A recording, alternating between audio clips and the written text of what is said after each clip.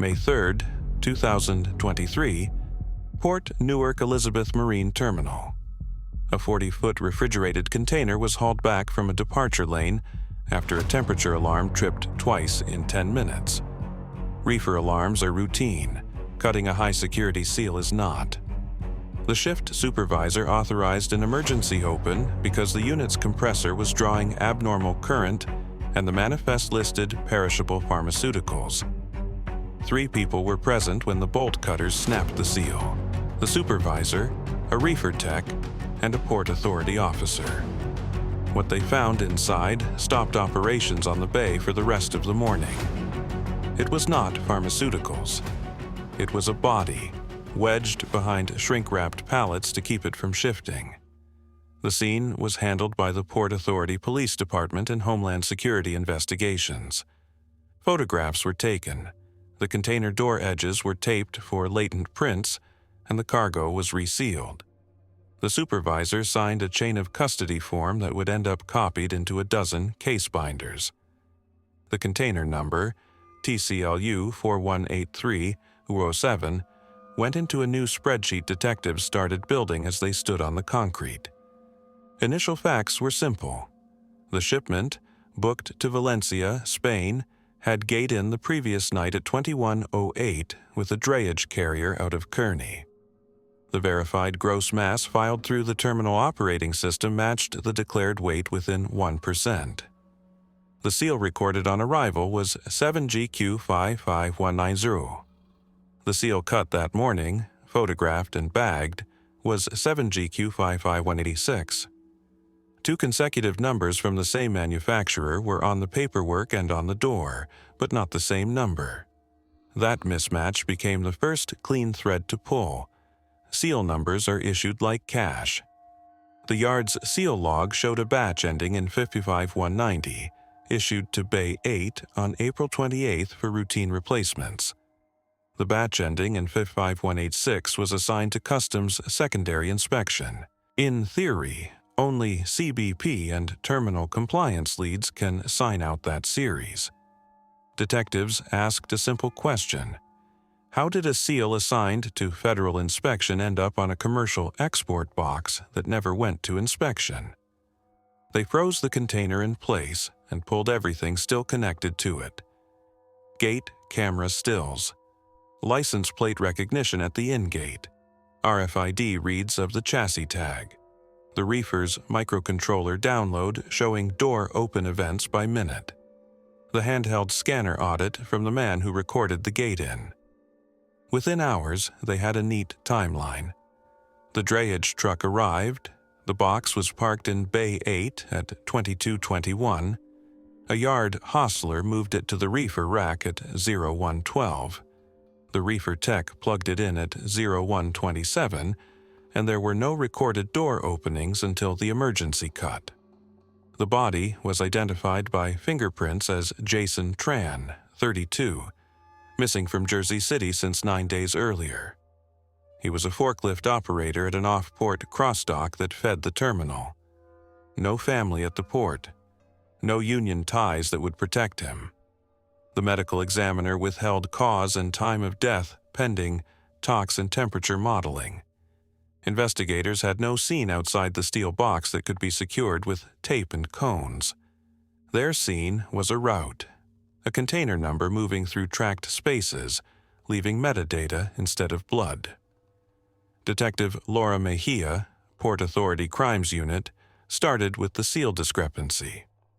She walked the terminal's seal locker and asked for the last 30 days of sign-outs.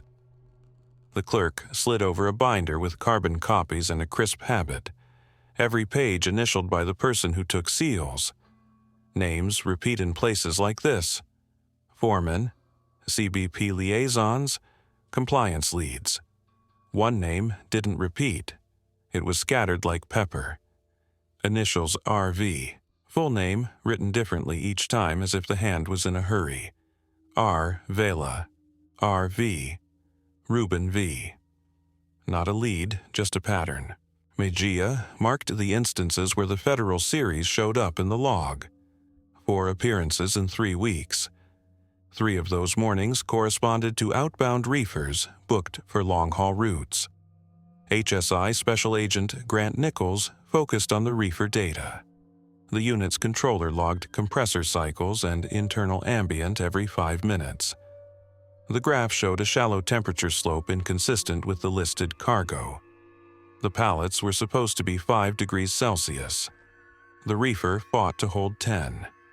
Thermal mass can explain that when the cargo is loaded warm, or when the load isn't what the manifest says. Nichols asked for the non-intrusive inspection scan done at the terminal the previous afternoon.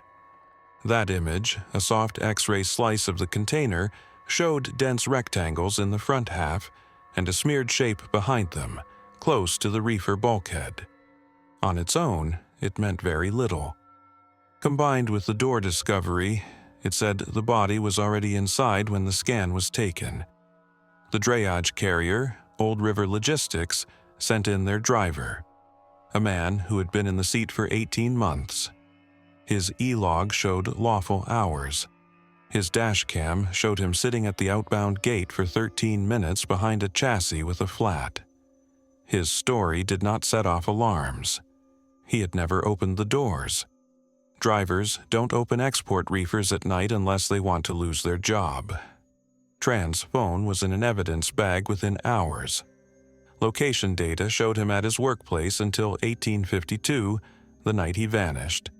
Then a jump across town to a diner near the truck gates. From there, the signal went dark. No calls, no texts. Whoever took his phone knew to shut it off. Detectives pulled the diner's footage. They got a clear image of Tran leaving alone. They also got a half frame of a man trailing 2 tables behind paying cash. Beard, safety vest tucked into the back pocket as if he didn't want it on camera. The case could have bent toward the driver or the cargo owner, as shipping cases often do, but 2 more things hit the board in the next 48 hours. First, a different container, MSCU 9021-114, booked for dry goods to Santos, Brazil, was flagged at the outbound scale for a 10% mismatch between declared and actual weight. The terminal put it on hold. The cargo owner protested by phone within minutes, insisting the error was a clerical issue and offering to amend the VGM. The hold stayed. When compliance cut the seal to conduct a visual check, there was a second body, wrapped in moving blankets and ratchet strapped to the front wall. The seal on that door? From the same federal series as Jason Tran's box. Second, missing persons filed in 3 counties that spring, 2 women and 1 man, all with some connection to the port's service ecosystem. A coffee kiosk worker from the Outgate Plaza, a temp from a chassis pool, a janitor at a nearby warehouse. No common employer. No shared social groups. No obvious link beyond geography, and the fact that all 3 were the kind of people who could vanish a week without a headline. The Joint Task Force formed without a press conference. Port Authority detectives, HSI, a CBP liaison, and a forensic accountant borrowed from the U.S. Attorney's Office. They split the work by attack surface. Chains and gates for Mejia. Machines and boxes for Nichols. Money for the accountant. Names for the CBP liaison. Mejia mapped every outbound container that had a Federal Series seal in the last 90 days. Her heat map wasn't smooth. There were weeks with none, and bursts clustered on nights when the terminal was at its busiest. That made sense if you imagined somebody moving under cover of noise. She overlaid the map with staffing rosters. Night shifts have fewer names, and that matters. One job kept popping at the right hours.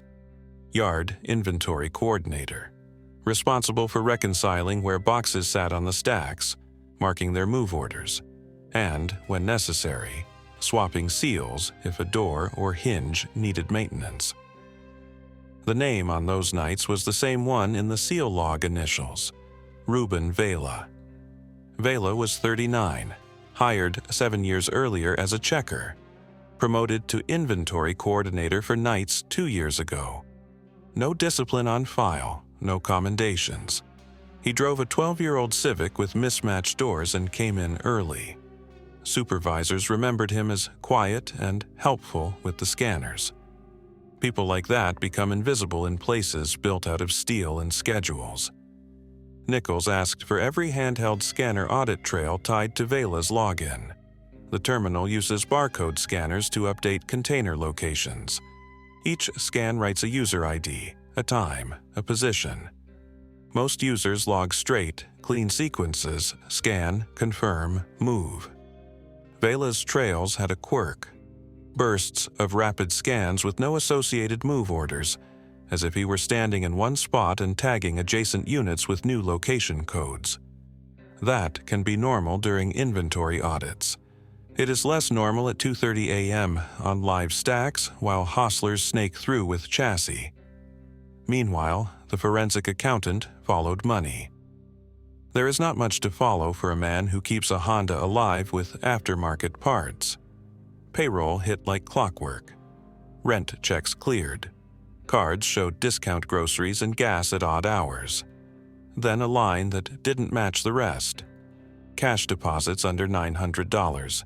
Irregular but persistent. Always within 48 hours after nights when Federal Series seals touched outbound doors. Structuring without sophistication. Enough to live thinner than poor without looking rich. CBP's liaison did his own grim math. He searched for export boxes exempted from physical inspection because they had been non-intrusively imaged and risk scored low. That list, when compared with Mejia's Seal Series map, produced a smaller set of boxes with two things in common. Long roads less likely to be cracked open by foreign customs, and door hardware that had recently been serviced or resealed for integrity. Integrity is a good word when you want no one to touch a thing. Investigators did not run at Vela, they tightened around him. An undercover HSI agent took a night shift temp job on the stacks.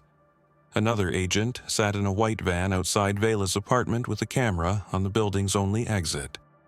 Mejia spent a day with the terminal's compliance lead in the seal room, a steel cabinet behind a steel door with a steel hasp. When she checked the binder again, she saw what she'd missed the first pass. On 2 pages where Vela's initials appeared, the carbon copy was too clean. The top page had pressure dents that did not align to the numbers on the copy below. Somebody had rewritten those lines later. The second body was identified as Reina Soria, 26, the coffee kiosk worker. Toxicology on both victims eventually came back with mixed sedatives. Not the kind that make headlines, the kind that turn people into cargo. The medical examiner's estimate on time of death for Soria tightened the container window. She was alive less than 12 hours before her body crossed the outbound scale. That meant the killer operated close to the stacks, close to the gates, close to the concrete lanes where trucks idle with hazard lights ticking.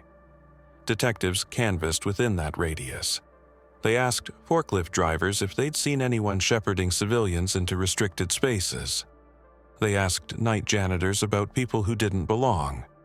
No one had a story. But a gate guard remembered a small thing.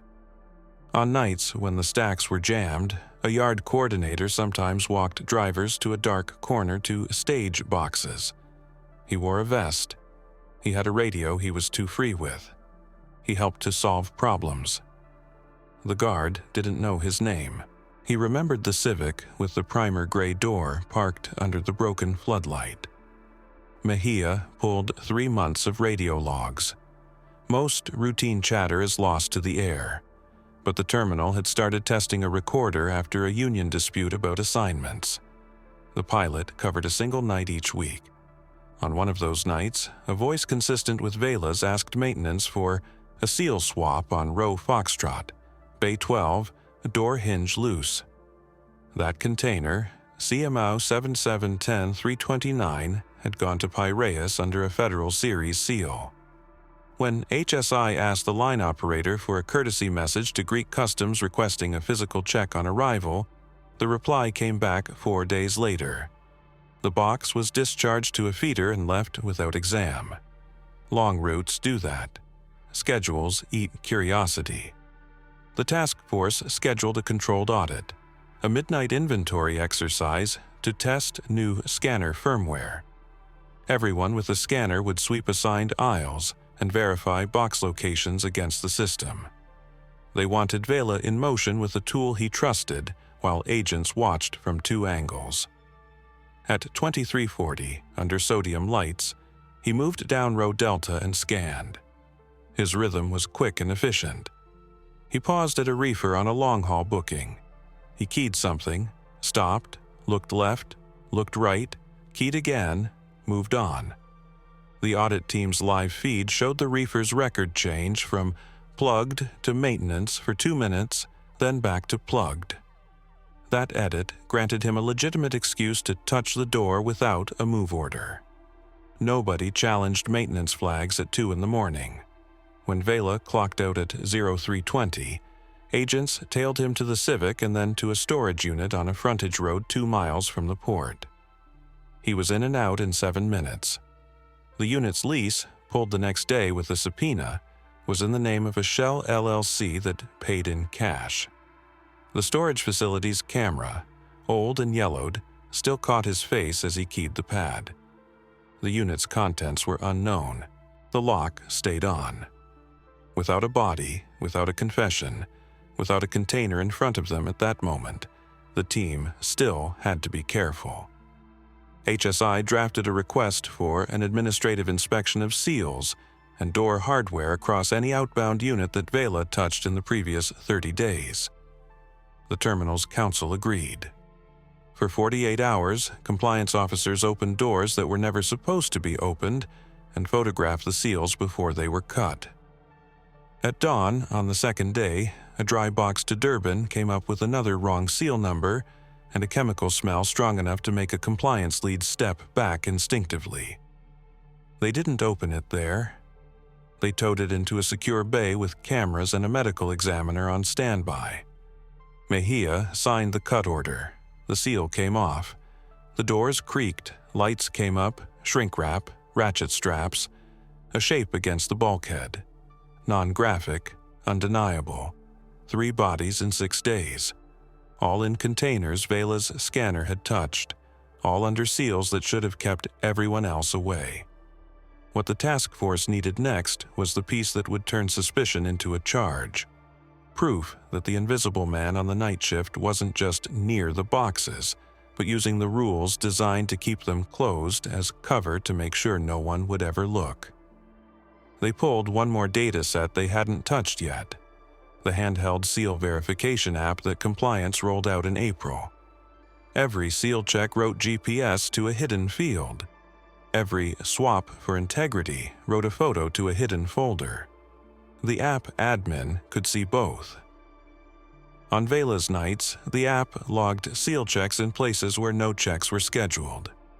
One image, timestamped 0113 on May 1st, showed a door edge and a gloved hand holding a seal with federal embossing.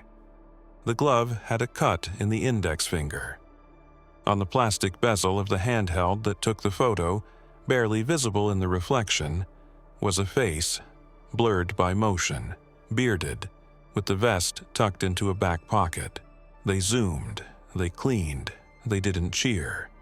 They put the printout on the board under a name they could now say without guessing. Ruben Vela. They put the name on the board because they finally had one, but they didn't move on him yet. 3 bodies in 6 days meant the window for mistakes was gone. The U.S. Attorney's Office wanted probable cause that would live through a suppression hearing, not a hunch built out of scanner quirks and a reflection on a plastic bezel. The team split for warrants. Storage unit, apartment, vehicle, phone records, a sneak and peek at the seal room logs with permission from terminal counsel. The judge signed the storage and vehicle first. They hit the unit at AO620 with the property manager and a locksmith. The roll-up door rattled like a chain on a ferry gate. Inside was not a hoarder's cave. It was a kit packed to move quickly. A stacked pair of plastic totes, a duffel, a milk crate of tools, a folded safety vest, and a roll of moving blankets that still smelled like shrink wrap. The duffel was the heart.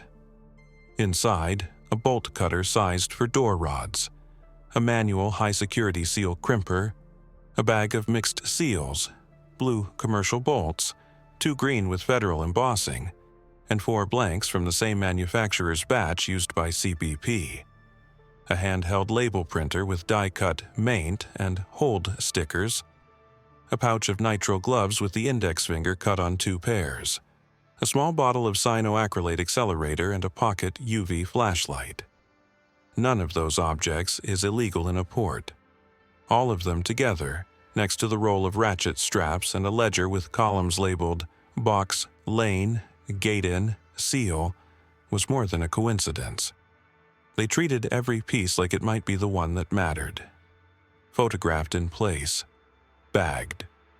The plastic tote under the duffel contained a retired scanner shell with the terminal's sticker still half scraped off and a battery that matched the vendor's spec for the current model, not stolen from the terminal. Purchased as surplus off an online liquidation market that still had the vendor's logo on the invoice. The milk crate held a scattered handful of commercial seals that had been cut and repinned, as if someone were practicing how close you could get a tampered seal to pass a visual glance. On the floor of the unit, in the dust where the roll-up door brushed the concrete, there were green flecks, the kind of plastic that flakes off high-security seals when you crimp them. Evidence techs swabbed the edges and lifted 1 flake big enough to read to the manufacturer's micro-lettering. CBP's liaison matched the micro-font to a lot issued to secondary inspection 2 months earlier. The seal room binder said none of that lot had been depleted. Paper said one thing. The floor of a storage unit said another. The car was easier. The Civic's trunk smelled like solvent. In the spare tire well, techs found a magnetic tray with 8 seal bolt heads, each stamped with federal numbering that should never leave a sealed door. In the passenger footwell carpet, the UV flashlight lit a smear that didn't show in normal light. That mattered because 48 hours before, compliance officers had dusted 3 bait seals in the cabinet with an invisible tracer compound as a part of the audit order. They took photos of the glow on the carpet and on the leather of the steering wheel. Transfer isn't proof of murder. It is proof of hands on things that no one is supposed to touch. Apartment warrant came back at noon. Vela lived alone. Nothing on the walls. A rotor with default credentials which the forensics agent appreciated. On a bookshelf, a TWIC regulations pamphlet, a printed quick guide for the terminal's Navi system, and a spiral notebook with the cover torn off. The notebook had 4 months of dates and container numbers in a simple code. Last 4 digits only. Lane letters, short notes like reseal, hinge, cold. On 3 dates, the last 4 matched the 3 containers with bodies. In the kitchen drawer, cash in rubber bands in odd amounts under $900, clipped to deposit slips. The bank had security footage on file of those deposits, all made at the same ATM, all with a hat and a mask, which is not unusual in a city where people didn't stop masking as fast as pundits said they would. Medical examiner results for Jason Tran and Reina Soria landed while the apartment search was still live. Mixed sedatives, not one signature compound, a benzo, an antihistamine, and alcohol in low concentration. The combination would make a person compliant, then unconscious, without signs of force that would jump off a page. The ME's window for Reina's death bracketing the outbound scale time on the Santos box stayed intact. That tightened the geography. The killer was choosing people who could be moved quickly to the stacks and stashed behind cargo in minutes, not hours. They went back to cameras and access logs with that in mind. The CBP liaison pulled TWIC gate data for pedestrians because the earlier theory about disguising civilians with vests kept coming up in interviews. On Reina's last shift, There was a visitor badge issued at 0103 with a handwritten reason, vendor. The badge returned at 0211. The camera at the turnstile showed a small person in a vest too big for her, and a hard hat walked out next to a yard coordinator with a radio. The face was shadowed. The timestamp was 10 minutes after the Santos box cleared the outbound scale. Investigators froze on the frame where the coordinator tapped the turnstile. He wore his vest tucked into his back pocket, same habit visible in the seal app reflection. You don't always get a face. Sometimes you get a posture. Undercover HSI agent Carson kept his temp spot on the nightstacks and stayed dumb on purpose. He asked Vela basic questions at bad times. Where do I stage when Bay 6 is jammed? Which hostler do I flag if the chassis pins won't seat? Do I really have to log a maintenance flag on the scanner for a hinge that only looks bent? Vela's answers were polite and practical. Flag it, keep moving. Don't block the reefer rack. If you can't move it, call me. People who want to be invisible avoid teaching. Vela taught just enough to look like he was doing his job. The bait operation took planning because nobody wanted to look like they were baiting anyone. Compliance labeled a long-haul dry box to Durban as maintenance reseal scheduled. They put it in a location that could be approached without a hostler if you were on foot. They dusted the seal with the same tracer they'd seen in Vela's car. They wired a micro-contact switch to the right door latch that would ping a logger if the cam turned. They put a pinhole camera under the gasket, pointing at the person's hands and the seal. The pretext for touching the door existed in the system. Integrity check.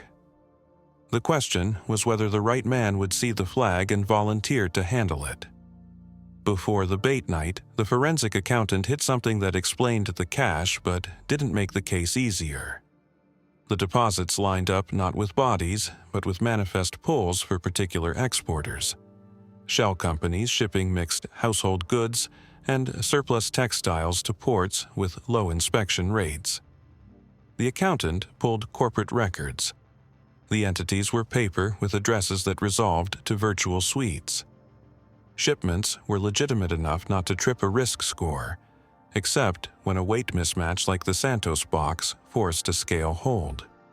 There was no evidence the exporters knew what was being tucked behind their pallets. No emails, no payments to Vela, no calls. The money probably came from off-books work Vela did for drivers, fixing a misparked unit, clearing a lane block, quietly resealing a door a loader had dented. That money flow explained the rubber-banded cash but didn't touch murder. The theory they preferred stayed the one that fit the evidence. Vela used the culture of solve it fast and don't bother compliance to move people into containers that would cross oceans without eyes on them. Interviews with nightside supervisors reinforced that culture without intending to. One foreman, tired and honest, described Vela as the guy you call when a thing needs to not be a problem. Another remembered the night a reefer's temp kept creeping up, and Vela handled the plug dance while hostlers were busy, a compliment in a yard where losing power on a pharma box could blow a contract. A maintenance lead said Vela always signed the seal log clean. That last comment bothered Mejia because the carbon copies told a different story. The pressure dents that didn't align, the rewritten line items. She asked the maintenance lead who else had keys to the seal cabinet. He listed names. None of them were Ruben Vela. Then he added, almost as an afterthought, that the door's latch was misaligned and sometimes didn't catch unless you slammed it. They photographed the latch, called building maintenance, and kept that detail close. On bait night, they didn't pack the yard with agents. 2 on a catwalk with long lenses. 1 undercover near the reefer rack with a scanner that could see maintenance flags populate the system. A compliance officer in a pickup with a clipboard to look like she belonged. The box to Durban sat quiet under sodium orange. At 0109, the maintenance reseal scheduled flag populated. At 0112, From the catwalk vantage, a vest moved toward row Delta with a radio on his shoulder and a duffel at his side. He didn't look around much. People who belong don't. The pinhole camera saw hands in nitrile, the cut index finger visible as he pinched a tag, peeled it, and placed a "maint" sticker near the cam as cover.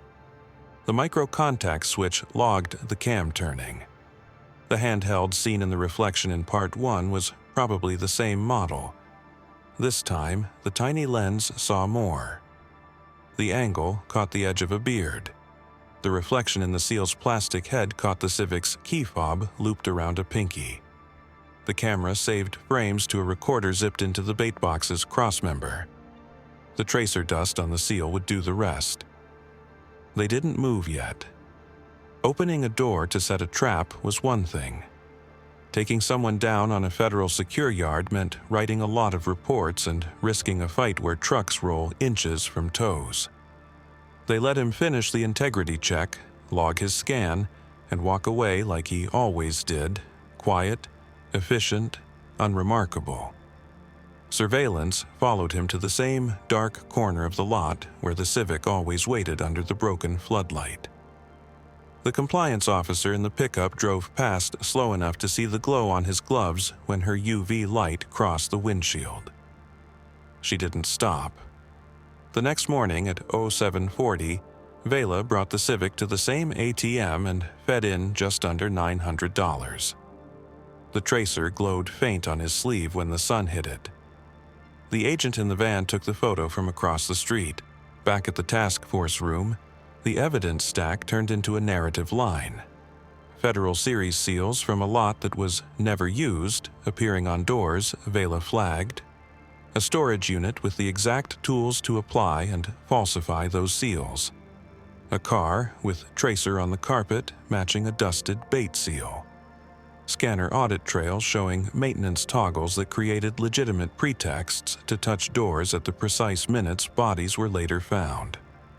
A visitor badge issued, and a small person in a big vest shadowing him out of a gate minutes after a box with a victim's body cleared the scale.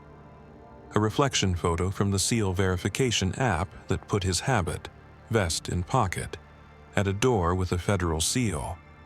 The bait camera showing the same gloves, the same hands, the same cut index finger, on a door tagged "Reseal." The USAO greenlit a coordinated takedown with a narrow search of person so they could swab for tracer and seize whatever was in the duffel without a scramble over scope. They wanted the apartment locked down at the same hour, the storage unit re-entered with him present, and the SEAL room documented with building maintenance on video showing that latch defect and how easy it was to slam and walk. Before the arrest windows, Mejia went back through missing persons. The pattern everyone had felt but not articulated was there in the gaps. The forklift operator who stayed late because he traded shifts. The coffee kiosk worker who closed alone because the other barista called out. The janitor whose warehouse sat on a frontage road 2 miles from the turnstile. People whose last steps took them within minutes of a gate Vela controlled by culture, if not by policy. The victims didn't have to share a life to end up in a box. They just had to pass through the narrow places where an invisible man with a radio and a helpful habit could steer them. HSI pulled Vela's phone records and found a cheap handset bought with cash a month earlier. The phone's location history looked clean. Home, work, grocery, gas. Then a string of pings near a diner by the truck gates on the night Jason Tran vanished, aligning to the same camera angle that caught Tran leaving, and the half frame of a bearded man paying cash, vest tucked in a pocket. The handset never texted anyone. It dialed 3 numbers repeatedly. A number that resolved to the storage facility's keypad, a number that resolved to the terminal's after-hours maintenance line, and a prepaid voicemail box with no subscriber name. The pattern wasn't content, it was proximity and timing. The last thing they did before the cuffs was run one more administrative inspection sweep, not because they needed another body, but because they needed to prove to a jury that the method was repeatable and not an accident of 3 bad boxes. On the second night of that sweep, a reefer bound for Jebel Ali was pulled into a secure bay. The door hardware looked perfect. The seal head had the right embossing. The number matched paperwork. Under UV, the seam of the seal head showed a dust trace.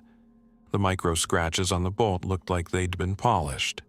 Compliance cut, lights up, shrink wrap and straps, a shape at the bulkhead. They stopped in the doorway. The medical examiner took the lead. Non-graphic, methodical, photographed and moved. The victim was a man in his 40s, reported missing 2 days earlier, a chassis pool temp who often worked swing. His last badge swipe was at a gate where a maintenance escort had been logged by a yard coordinator. The coordinator was Vela. The task force didn't need a press conference to say they had a serial killer. They needed a sequence that could survive a defense attorney arguing contamination, coincidence, culture. They had it. What remained was the part no one gets paid extra to like. Confronting the man who had built his crime out of the rules meant to protect cargo and the habit everyone shares when alarm becomes routine. Don't open the box. They put the arrest plan on the whiteboard with the same neat steps that put a container on a ship. Meet points, radio channels, who cuffs, who reads, who takes the duffel, who swabs gloves and sleeves for tracer while it's still fresh, who drives him past the bait box on the way out so he can see the door he touched under a light he can't argue with. They waited for his shift bell to ring. They knew his walk, his posture, the way he tucked his vest into his back pocket when he didn't want to be seen as compliance. They knew he would glance at the racks first, then at the seal room, then at the panel where maintenance flags populate like a to-do list. They also knew that if he saw anything that smelled like a trap, he would vanish into 1,000 places a man can disappear on a working port. They set the hour and put their people in place. The bait box sat quiet under the camera. The seal room latch clicked into place after a maintenance tech fixed it on video. The turnstile camera pinged as Vela's badge lit green. He walked in like a man who belonged. He did. That was the problem they had to solve. They took him on the yard, not in a conference room. Mejia approached from his left with a Port Authority officer on his right. HSI read the right straight, no pauses. Vela's eyes went to the reefer rack first, then to the seal room, then to the panel where maintenance flags populate by minute. He did not ask what this was about. He asked whether his car would be towed. They cuffed him, took the radio, and lifted the duffel. A field tech swabbed his gloves and sleeves with a pad that turned fluorescent under a handheld UV lamp. The glow was faint but present. The tracer they dusted on the bait seal flared at the same wavelength. They photographed the glow, bagged the gloves, and walked him past the bait box. He did not look at it. In the booking room he said his name, date of birth, address, and then, when the first question turned toward work, he asked for a lawyer. The interview ended then. They did not push. They inventory seized what he had on him: a phone, a key ring with a civic fob looped through a split ring wrapped in electrical tape, a folding knife, and a wallet with $23. The electrical tape mattered later, because the pinhole camera reflection in the bait operation showed a key fob with that ring and that wrap, not just a generic loop. Search teams hit the apartment again with him present. They put him in a chair in the kitchen where a camera could see his hands. They re-entered the storage unit with a fresh warrant that included authority to open the plastic totes completely and power any electronic device found. In the second tote, under the retired scanner shell, there was a tarnished thumb drive with no label. The forensics agent imaged it and then opened a directory tree. The drive held a simple spreadsheet with 3 columns: date, container, last 4, and a column labeled lane. There was also a folder of photos of seals and door cams, taken at angles consistent with the seal verification app but higher resolution, as if shot with a separate camera in the same moments. In 2 of the photos, the glove with the cut index finger was visible. In one of them, the reflection off the seal head showed the edge of the Civic's hood. They called that a ledger because that is what it was, not an admission in words. A list that made sense to the person who wrote it. The 3 dates that matched the 3 bodies sat on one page. On a second page, a date from 2 months earlier linked to a container that left to Valencia without incident. When HSI asked the line for a status, the reply said the box discharged and delivered, no remarks. No body was ever recovered at the destination. They did not extend the count to that date in the charging document because a courtroom needs proof, not suspicion. They put a sticky flag on the page anyway. On the duffel they had taken from his hand, an evidence tech rolled tool marks out of the jaws of the seal crimper with a silicone cast. Later, in the lab, an examiner compared those microstriae to the tool marks on the heads found in Vela's trunk tray and to marks on the bait seal's bolt. Tool marks are like signatures when you have clean cuts and clean casts. In this case, they had both. The examiner put together a sequence. The same crimper marked the bait seal's head and 3 Federal Series heads on door rods from 3 bodies. The odds that another crimper left the same microscopic flaws were not presented as poetry. They were put on a chart. The jury would see the chart. The USAO wrote the complaint with narrow counts. Kidnapping resulting in death for 2 victims whose last movements were captured on cameras leading into secured areas under Vela's escort. Murder within the special maritime and territorial jurisdiction where Port Authority applies. And tampering with consumer products was discussed and dropped because it muddied the story.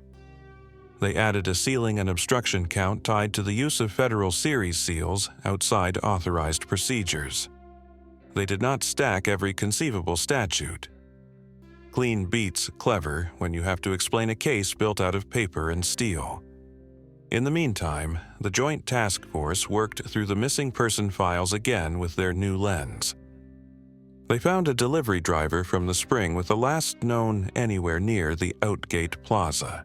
They found a temp who had texted a coworker at 1:30 in the morning that she had got a quick escort badge to get to the other side and would be right back. The badge system showed a visitor badge issued and returned on that date. Same handwriting, vendor. They did not have bodies for those names. They kept them on the wall under the column, probable but uncharged. The defense showed up early and loud. They asserted contamination, that the tracer used on bait seals could have transferred to any number of people on a night shift. They asserted culture, that everyone touches everything on a working yard and logs it later to make compliance happy. They asserted coincidence, that a man who worked near boxes would be near boxes that later turned out to be crime scenes. The task force built answers with objects. A glove with a cut in the exact place seen in photos. A key fob with a taped split ring that matched reflected frames. A ledger in his handwriting, confirmed by a simple hand analysis against the seal room log initials where he had written R. Vela and RV sloppily on different days. A video of him applying a maint sticker and turning a cam that the micro contact switch logged by second. If contamination explains one thing, it does not explain all of those things measured and aligned. They brought the maintenance latch into it because it explained how Federal Series seals left a locked cabinet without a name in the log next to them.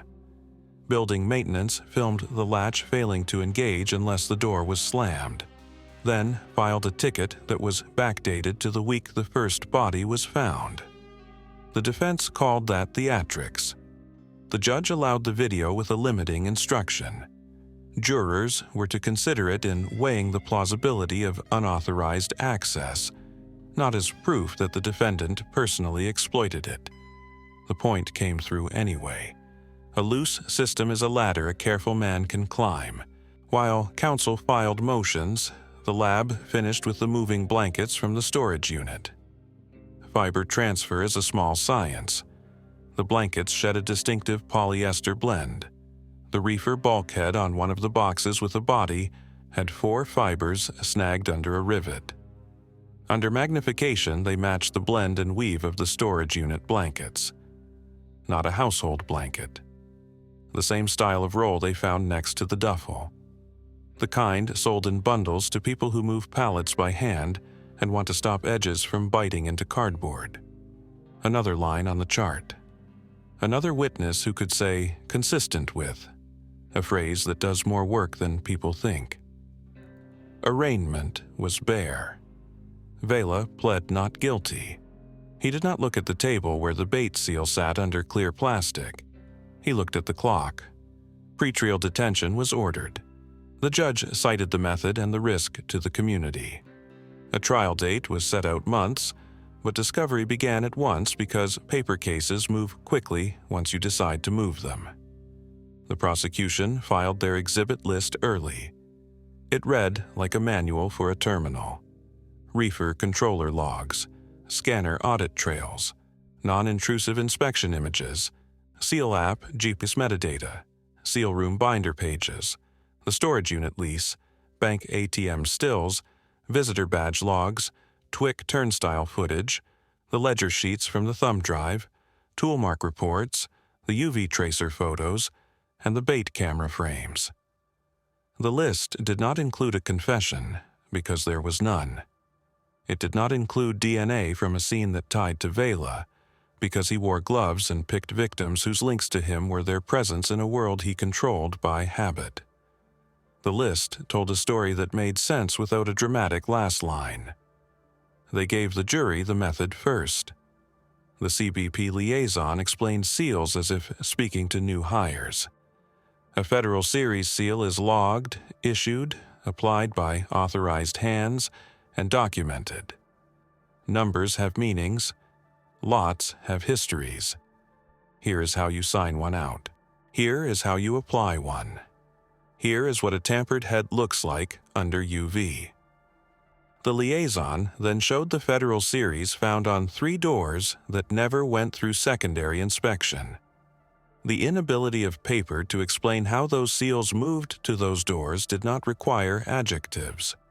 It required a hand on a binder and a page with boxes that should have been filled in and were not. A terminal compliance officer took them through scanner audits. The handhelds record who, when, and where.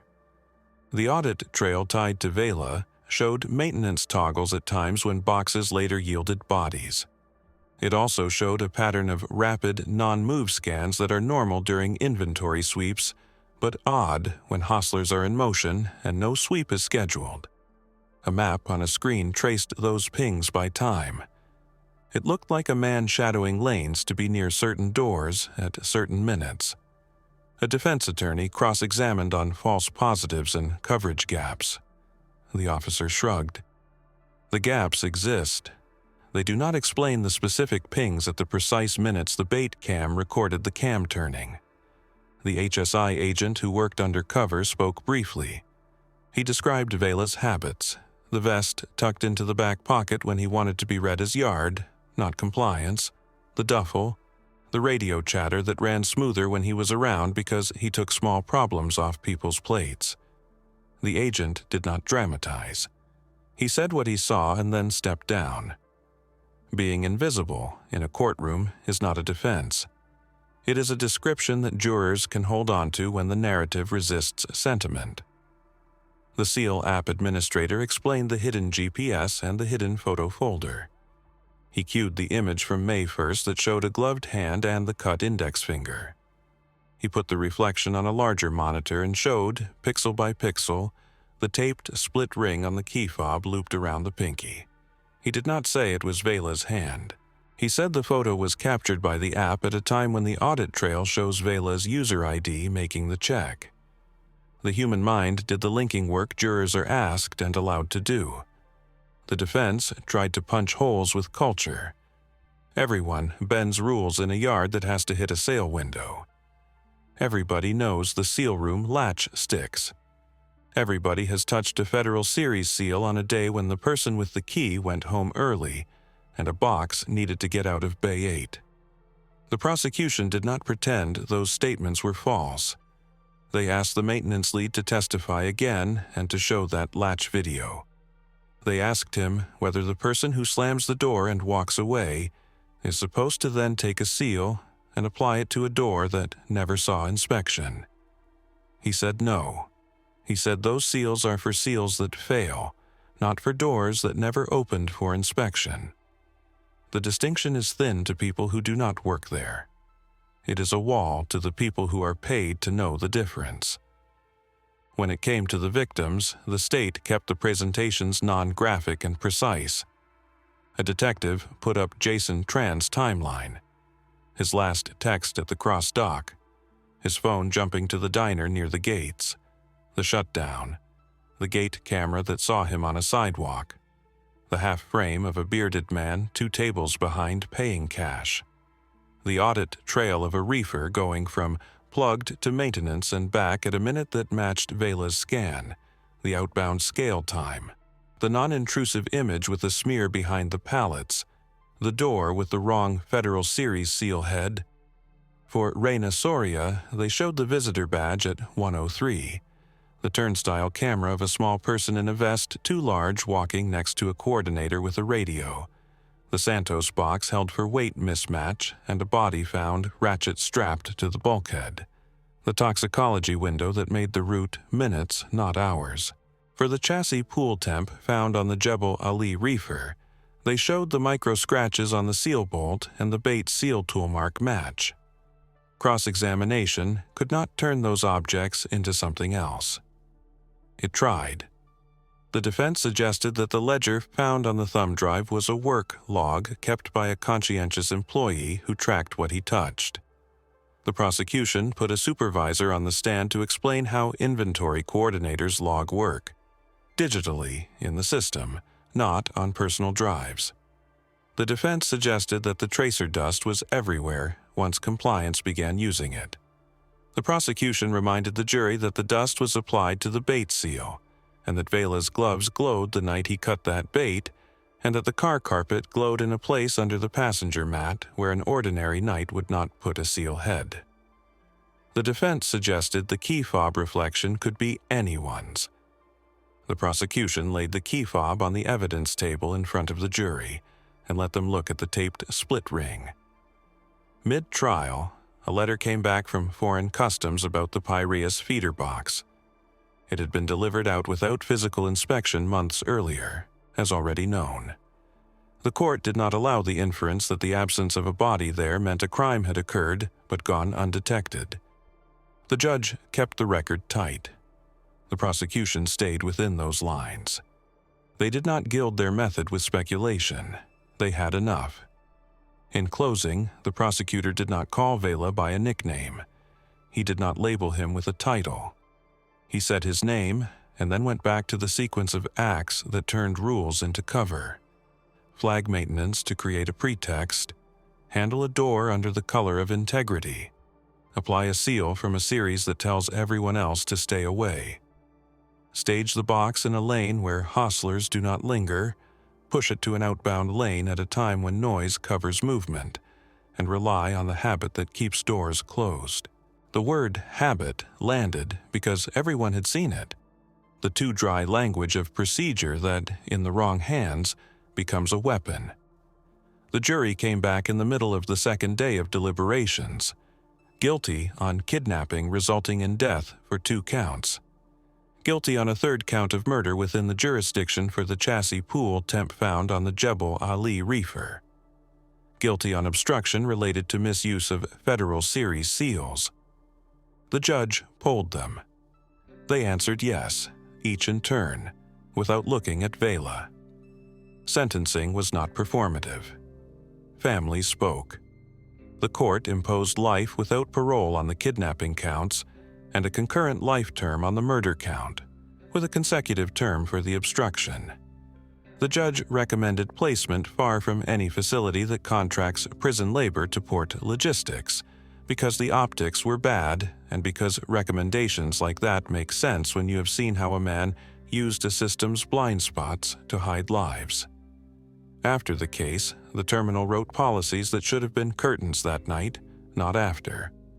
The seal room latch was replaced the next day and the keys were placed under dual control. The Federal Series seals moved to a cabinet with badge access logging tied to the same system that pings cameras at the turnstile. The handheld app's hidden GPS photo folder was made not hidden. Every maintenance toggle pushes a message to a compliance queue now, and requires a second user's acknowledgement to close. Visitor badges are no longer issued on scribbles with "vendor" as a reason after midnight. They require a pre-registered sponsor and a live photo. The reefer racks got additional cameras at hand height, not just at lane distance. The line operators agreed to more frequent, non-intrusive scans on certain long routes that had become complacent. The union grieved some of it and got language protecting workers from discipline for flagging integrity issues even when it slows a sale. Culture is habits formalized. Habits can change when a board shows. In photos and logs and timestamps, what happens when they do not? They went back and did the slow work on the names that never made it into a charging document. They ran old seal logs against the ledger dates on the thumb drive and found boxes that were never opened again after departure. They sent courtesy messages to foreign ports asking for checks that would never happen because schedules swallow curiosity, and receiving yards are paid to move steel, not exhume it. They did not count those names publicly. They kept their faces on a corkboard in a back office and called families to say what they could, which was not enough and was also more honest than pretending certainty you do not have. There is no cinematic last line at a port. There are doors that creak, gaskets that crack, stickers that peel, radios that sound the same whether you are moving cargo or moving people. There is a ledger now in evidence labeled with the last 4 digits of boxes that became case numbers, and there are routines rewritten because a man with a quiet step and a helpful habit found where rules told everyone else not to look. The task force boxed their binders, labeled the spines, and sent them to a records room that smells like paper and dust. On Bay 8, the seal cabinet's new latch clicks clean. Drivers still sit at the outbound gate behind a chassis with a flat and check their mirrors. Hostlers still snake through live stacks in the dark. The difference is a checkbox that asks for a second set of eyes before any door marked integrity is touched, and a habit that says you open the box when the count is off, even if the seal looks perfect. The method that hid lives is written down now in the opposite direction, the way procedures are supposed to work: slow, specific, and harder to bend in the hours before dawn.